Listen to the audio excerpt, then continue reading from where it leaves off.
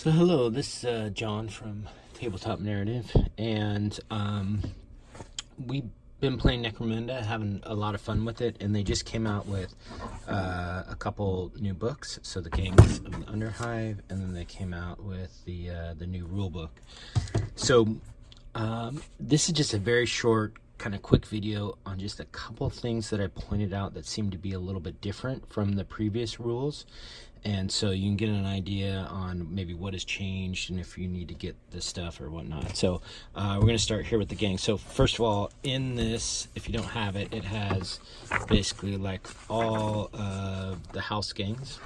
All right, so it has Cador, the Orlocks, pretty much all that stuff. The new Deloc, I believe. That's how you say that. So has all that stuff, which is cool. I mean, the awesome thing is that it's all in one book. So that's nice as opposed to having to go from book to book. So so to start out things, let's see here. So one of the things that I saw here was they changed a little bit on how Hive Scum can work in Bounty Hunters. So now it looks like Hive Scum can, you can start with some rare items, which is kind of cool. So you can kind of customize them a little bit more. And then bounty hunters have that thing too, but what they'll do is they kind of can stay around a little bit longer. So potentially you can use them for more than just one game, which is kind of nice. And so that's neat. It's because everybody kind of likes bounty hunters. They have all the different bounty hunters in here. I'm going to just kind of skip a lot of things. So on the, so let's see, for the trading post, so a couple of things that I saw and looked at was they seem to categorize things a little bit. I think they were doing this in the last book too, but you know, you'll find things under personal equipment or accessories, status items, so kind of separates it a little bit more. And then I did see one thing where I basically had the rarity had changed. I think it was on a las, I think it was on a long rifle. So I haven't gone through all of them, but you know, that could be, there could be a couple of changes there in that. And then next thing here, so, and I don't know if this is new or if this was updated in a book before, but it looks like the hazard suit has the ability now where it's immune to blaze and the rad phage traits. So that makes it a little bit better. I was always wondering why it was a rare item back then. Let's see, you have all this stuff.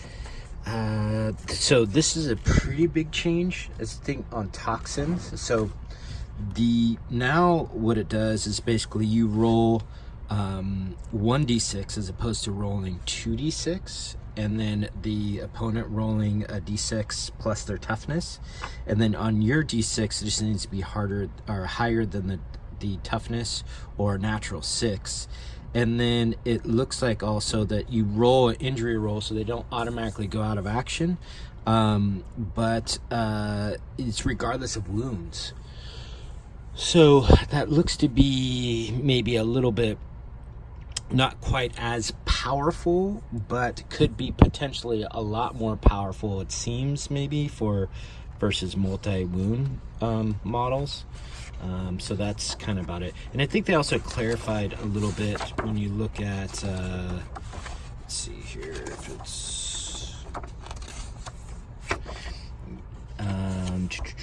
like the quick reference stuff too. So they did this a good job here, but then it kind of clarifies, hey, you make a wound roll or a wound roll, then opponent can make a saving throw. So, you know, just kind of clarifying that toxin stuff, you do that first, and then you get a chance to do a save against it also too. So so that's that book. Pause here real quick and we'll jump to the other book. Okay, so this is the other book. So this is basically the core rule book. So once again, has all the stuff in it, all the rules, talks about the fluff, like a lot of really cool stuff in there, and it's all in one book.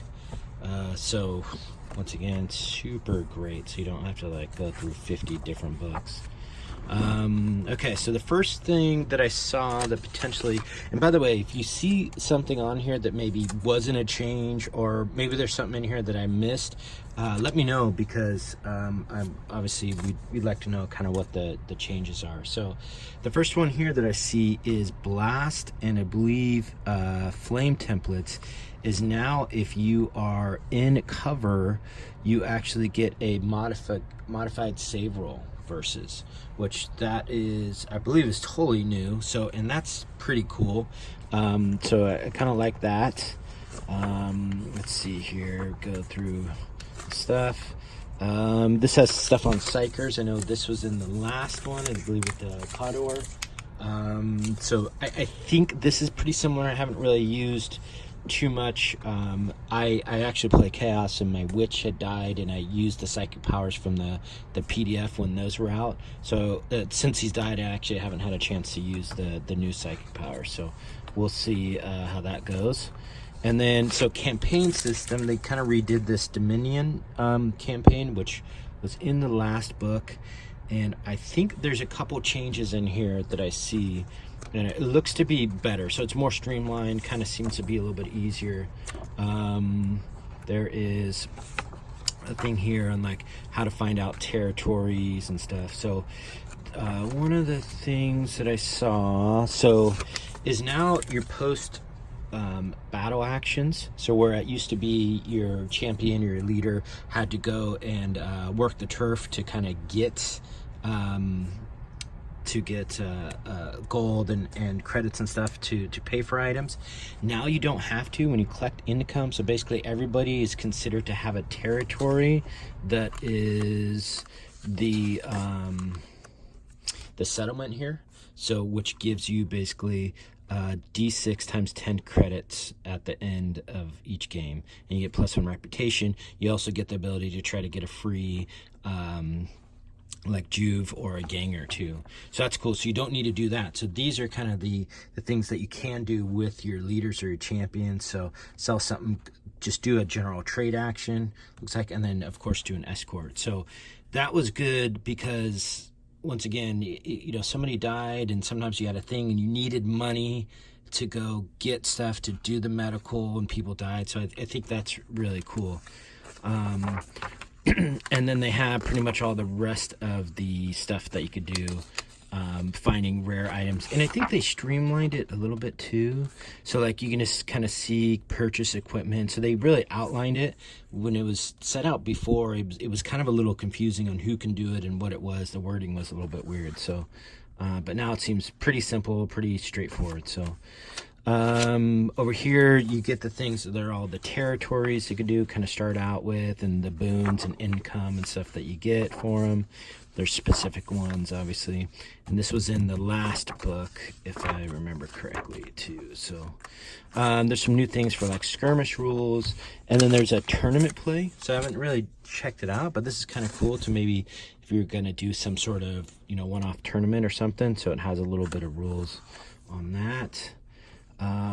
Next we're gonna go into things on tactics, different scenarios. So it has kind of what, you know, if you're gonna do Zone Mortalis or Sector Mechanicus stuff.